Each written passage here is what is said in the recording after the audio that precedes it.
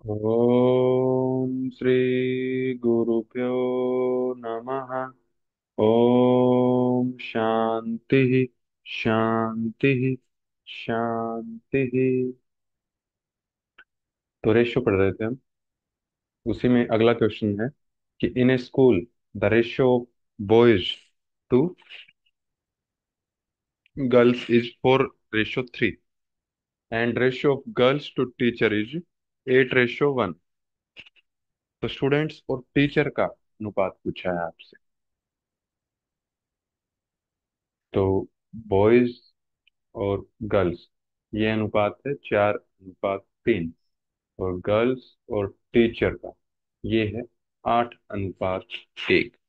ठीक है, तो तीनों का गर्ल्स कॉमन है, लड़कियां कॉमन है दोनों इक्वेशन में। तो लड़कियां बीच में और तीनों की कॉमन रेशो निकाल लेंगे। तो बॉयज और गर्ल्स की ये रेशो दी है आपको 4:3। और गर्ल्स और टीचर की ये दी है आपको 8:1। ठीक है, अब शिफ्टिंग मेथड लगाएंगे। ठीक है, जब भी मल्टीपल रेशो निकालनी है तो शिफ्टिंग मेथड लगाओ उसमें। जो इसके राइट में खाली जगह है तो जो लेफ्ट में लिखा हुआ है उसको शिफ्ट कर दो। और अगर लेफ्ट में खाली जगह है तो जो राइट में लिखा हुआ है उसको शिफ्ट कर दो। ठीक है, और फिर बाद में इनकी सबकी मल्टीप्लाई। तो क्या हो जाएगी इसकी मल्टीप्लाई? 32। और ये हो जाएगी 24। और ये 3। ठीक। अब पूछा है इसने कि ratio of students to teacher is. Students में कौन से आ गए? तो बॉयज भी आ गए और गर्ल्स भी आ गई, यानी कि 32 और 24। दोनों को जोड़ दो, कितना हो गया ये? 56। और टीचर का कितना है? 3। तो 56:3। ये आ जाता है स्टूडेंट्स और टीचर का अनुपात। फिर इससे अगला क्वेश्चन आता है कि A:B आपको दिया हुआ है 3:4। और B:C दिया हुआ है 8:9। और ABC इनका अनुपात निकालना है आपस में। तो सेम है पीछे वाले क्वेश्चन की तरह पैटर्न। A:B ये दिया हुआ 3:4। और B:C ये दिया हुआ है 8:9। तो A:B:C निकालना है, यानी कि शिफ्टिंग। यहाँ 4 आ जाएगा, यहाँ 8 आ जाएगा। तो मल्टीप्लाई करेंगे तो 8 3 जा 24, ये 32, 36।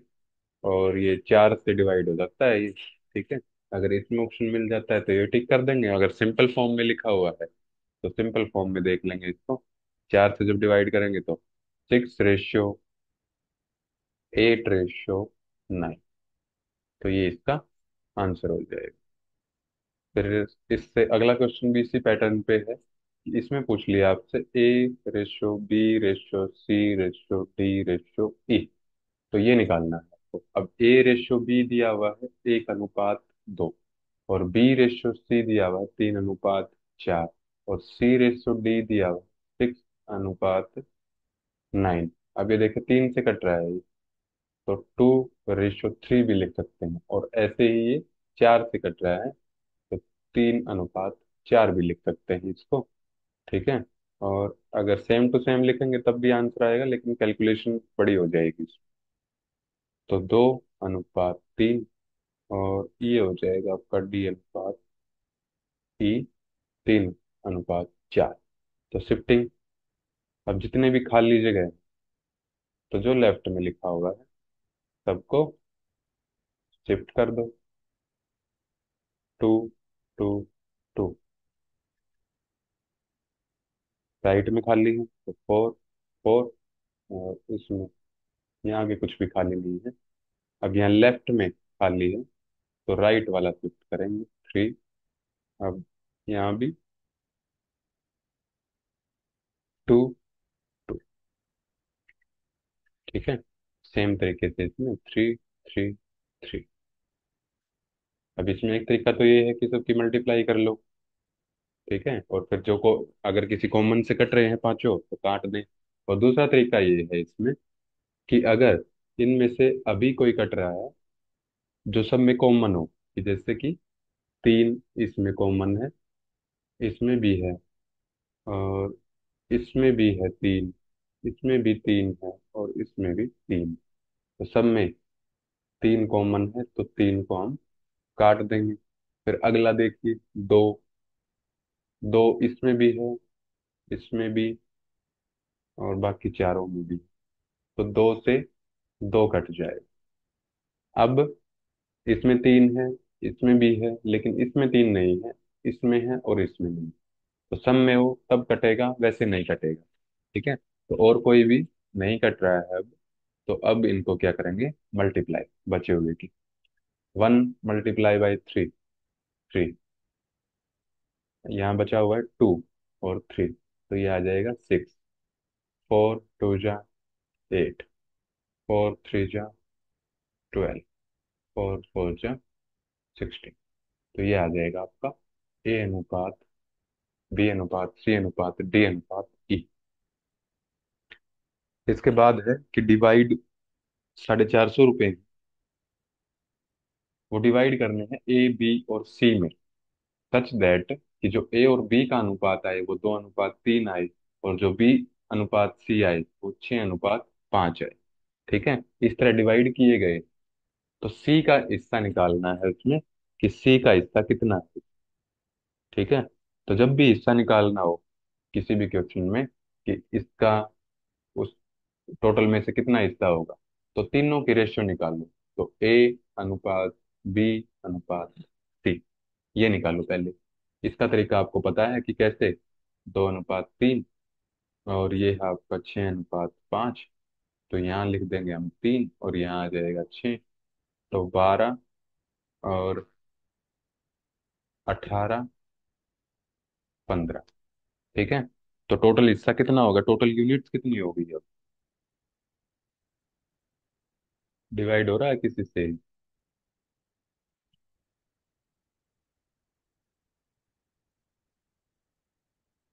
3 पे हो रहा है, 3 पे डिवाइड कर देंगे, 6 और 5। तो 4, 6, 5। अब टोटल यूनिट्स कितनी है इसकी, 6, 4, 10 और 5, 15। यानी कि जो 15 इकाई दी गई को, वो 15 इकाई किसके बराबर है, 450 के। और सी का हिस्सा कितना है 15 में से, सी का हिस्सा है 5। तो 5 का मान निकाल लेंगे। तो 450 डिवाइड में 15 × 5।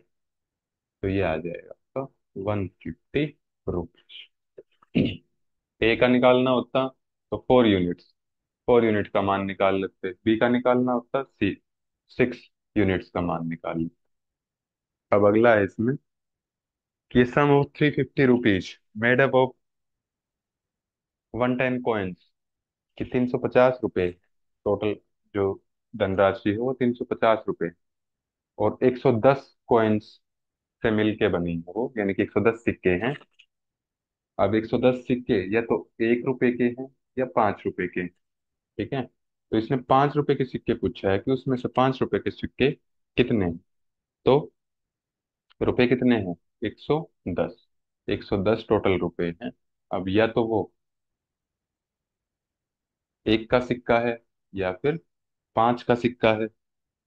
अब मान लिया कि जो एक के सिक्के हैं वो हो जाएंगे एक्स, और अगर 5 का सिक्का है तो टोटल 110 कॉइन्स हैं। तो अगर एक्स कॉइन्स हम मान ले 1 रुपए के, तो 5 रुपए के कितने कॉइन्स हो जाएंगे, तो 110 माइनस एक्स। ठीक है, और ये है मूल्य, वर्ग डिनोमिनेशन, और ये है नंबर ऑफ कॉइन्स। तो अगर इन दोनों को मल्टीप्लाई कर दें तो क्या आ जाएगी, वैल्यू की, वैल्यू कितनी होगी, तो 1 × एक्स। ठीक है, और ये आ जाएगी आपकी 110 माइनस एक्स मल्टीप्लाई बाई 5। और टोटल वैल्यू कितनी दी है, 350 रुपये। तो टोटल वैल्यू मतलब एक के सिक्कों कितनी वैल्यू है, 5 के सिक्कों कितने हैं और कितनी वैल्यू है उसकी। अगर इनको जोड़ दें तो कितना आएगा, ये एक्स प्लस में 110 minus x × 5 is equal to कितना है ये, 350। एक्स प्लस में 550 minus 5x is equal to 350। तो ये आ जाएगा आपका 5x, और ये x उधर चले जाएंगे और 350 इधर आ जाएगा। 550 minus 350 is equal to 4x। तो ये 200 इज इक्वल टू 4x, और x इज इक्वल टू 50। यानी कि 1 रुपए के कितने कॉइन्स हैं? x कॉइन्स हैं, यानी कि 50 कॉइन्स हैं जो 1 रुपए के। अब पूछा किसका है? 5 रुपए के। तो 5 रुपए के सिक्के कितने हैं टोटल? 110 minus x. तो 5 रुपए के सिक्के कितने हो जाएंगे?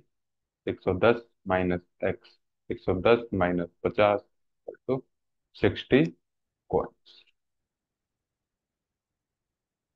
तो इसके बाद आता है आपका आय से संबंधित, कि monthly income of A and B are in ratio 4:3, and their expenses be as the ratio 3:2, each of them saves 6,000 रुपए। क्या बोल रहा है कि जो मासिक आय है ए और बी की, वो 4:3 में, और जो उनका खर्च है वो है 3:2 में। अब महीने के लास्ट में वो दोनों 6,000 की बचत करते हैं। ठीक है, तो मंथली इनकम ऑफ ए निकालनी है कि कितनी। ठीक, तो कैसे निकालेंगे ये? सबसे पहले एक फॉर्मूला देख लेते हैं कि इनकम में से अगर एक्सपेंसेस खर्च घटा देते हैं तो क्या आ जाती है? सेविंग। यानी कि आय में से अगर खर्च घटा देते हैं तो क्या आ जाती है? बचत। ठीक, तो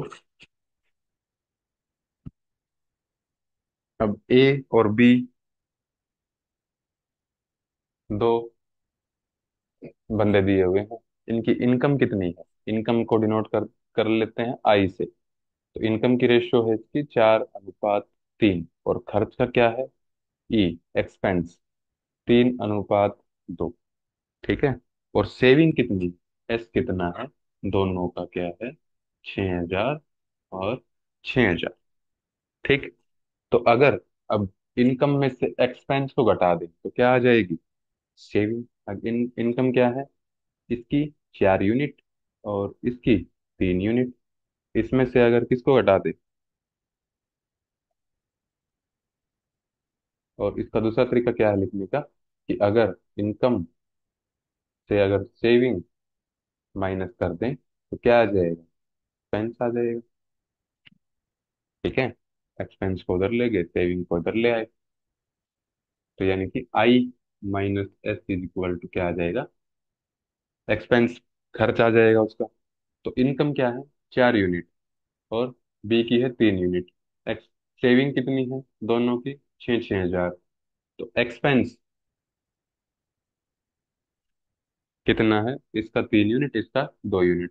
तो लिखो अब इसको, इनकम है मान लिया 4x ए की, और सेविंग है इसकी 6,000, और दूसरा है बी, इसकी इनकम है 3x, और इसमें से अगर सेविंग घटा देंगे इन दोनों में से तो क्या आ जाएगा? एक्सपेंस। एक्सपेंस दिया है 3:2। ठीक, तो अब इनको क्रॉस मल्टीप्लाई कर लेंगे तो क्या आ जाएगा? 8x माइनस में 12,000 is equal to 9x minus में 18,000। तो एक्स वाले एक साइड, बिना एक्स वाले एक साइड। तो ये 9x माइनस 8x, एक्स बच गया, और 18 से 12 गए 6,000। तो 6,000 क्या आया है? एक्स का मान। अब निकालना क्या है? मंथली इनकम ऑफ ए, और जो मंथली इनकम ऑफ ए है वो है 4x। तो 4 इंटू 6,000 इज इक्वल टू 24,000। तो ये मासिक आय आ जाती है ए की। फिर इसके बाद है कि income of A and B are in ratio 2:3, यानी कि इनकम दी है ए और बी की 2:3 में, और एक्सपेंसेस कितना दिया है इनका? 1:2। और ईच ऑफ देम सेविंग दी है इनकी 24,000 और 24,000। Then the income of A is, same pattern पे है तो सेम तरीके से कर लेंगे इसको, कि अगर इनकम से सेविंग घटा देंगे तो क्या आ जाएगा, एक्सपेंस। इनकम है 2x, सेविंग है 24,000, और बी की है इनकम 3x और सेविंग है 24,000। तो एक्सपेंस की क्या रेशियो बन जाती है, 1:2। तो क्रॉस मल्टीप्लाई, तो 2 × 2, 4x माइनस में 48,000 is equal to 3x minus में 24,000। तो 3x इधर, 48 उधर, तो x इज इक्वल टू क्या आ जाएगा, 24,000। यानी कि अब क्या निकालना है, इनकम ऑफ ए, और इनकम ऑफ ए है 2x, यानी कि 2 × 24,000 इज इक्वल टू, तो 48,000 क्या हो जाएगी, आय हो जाएगी ए की आमदनी।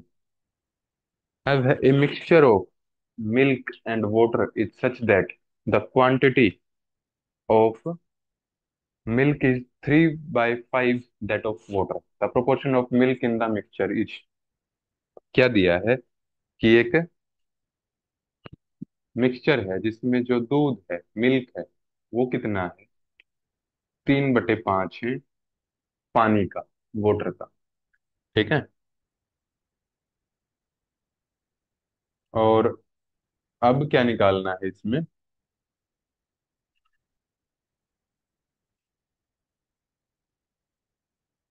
प्रोपोर्शन ऑफ मिल्क निकालना है मिक्सचर में। ठीक है। तो यानी कि W इधर ले आएंगे, तो M/W इज इक्वल टू क्या हो जाएगा, 3/5। अब टोटल यूनिट कितनी है, यानी कि इसको कैसे लिख सकते हैं आप, M/W इज इक्वल टू 3:5। तो 3:5 ये टोटल मिक्सचर की यूनिट है। तो टोटल मिक्सचर की यूनिट कितनी हो जाएंगी, 8। अब पूछा है इसने मिल्क का, तो मिल्क की यूनिट कितनी है, मिल्क की यूनिट है 3। तो मिल्क अपॉन में मिक्सचर पूछा है इसने, तो मिल्क की यूनिट है 3, मिक्सचर की है टोटल 8, तो क्या हो जाएगा, 3/8। फिर है the ratio of milk and water in 55 kg, 55 kilogram, एक मिश्रण है जिसमें जो दूध और पानी का अनुपात है वो है 7:4। ठीक है। अब ये पूछ रहा है कि कितना पानी और मिलाया जाए जिससे यह अनुपात है 7:6 बन जाए। ठीक है। तो मिल्क और वाटर, इसका अनुपात दिया है इसने 7:4, यानी कि ये दिया है। और यानी कि टोटल यूनिट कितनी हो गई, 11। 11 यूनिट का मान इसने दिया है 55 किलोग्राम। अब जो पहली कंडीशन, दूसरी कंडीशन क्या कह रहा है कि कितना पानी और मिला दिया जाए, यानी कि जो मिल्क का कंटेंट है वो सेम रहेगा, पानी का कंटेंट बढ़ जाएगा। तो कितना पानी और मिला दिया जाए कि जो रेशियो है, ये दूसरी कंडीशन है सेकंड, कि रेशियो कितनी बन जाए, 7:6। ठीक है। अब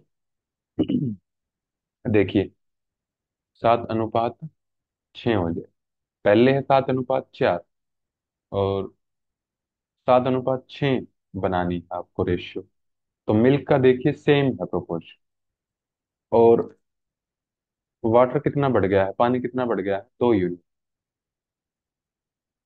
कितना पानी और मिलाएं कि अनुपात 7:6 हो जाए, तो 2 यूनिट पानी और मिलाएं, तो 2 यूनिट पानी का मान कितना निकल जाएगा, 55/11 मल्टीप्लाई बाई 10 kg। तो 10 किलोग्राम पानी अगर और मिला देते हैं तो ये अनुपात 7:6 हो जाएगा। अब अगला दिया है आपको कि a in a mixture of 25 litres the ratio of acid and water is, acid और वाटर इसका अनुपात दिया है आपको 4:1। अनदर 3 लीटर ऑफ, यानी कि यूनिट कितनी है इसकी, पहले इसको सोल्व कर लेते हैं कि 5 यूनिट है ये, और 5 यूनिट का मान आपको दिया है 25 लीटर।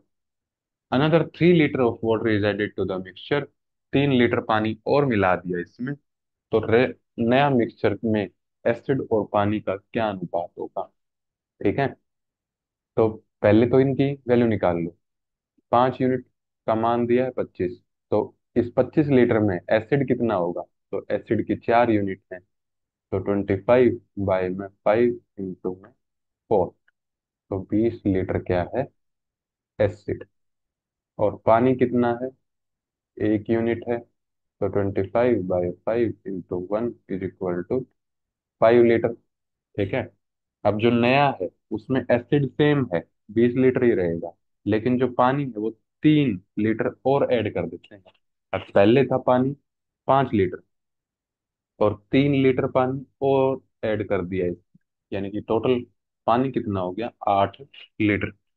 अब 8 लीटर पानी है, एसिड उतना का उतना है। तो न्यू मिक्सचर में एसिड और पानी का अनुपात क्या होगा। एसिड है आपका 20 लीटर ही, पानी है आपका 8 लीटर। तो ये हो जाएगा 5/2, यानी कि 5:2।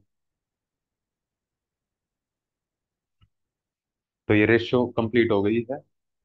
ठीक है, तो रिवाइज कर लेंगे, क्वेश्चन लगा लेंगे।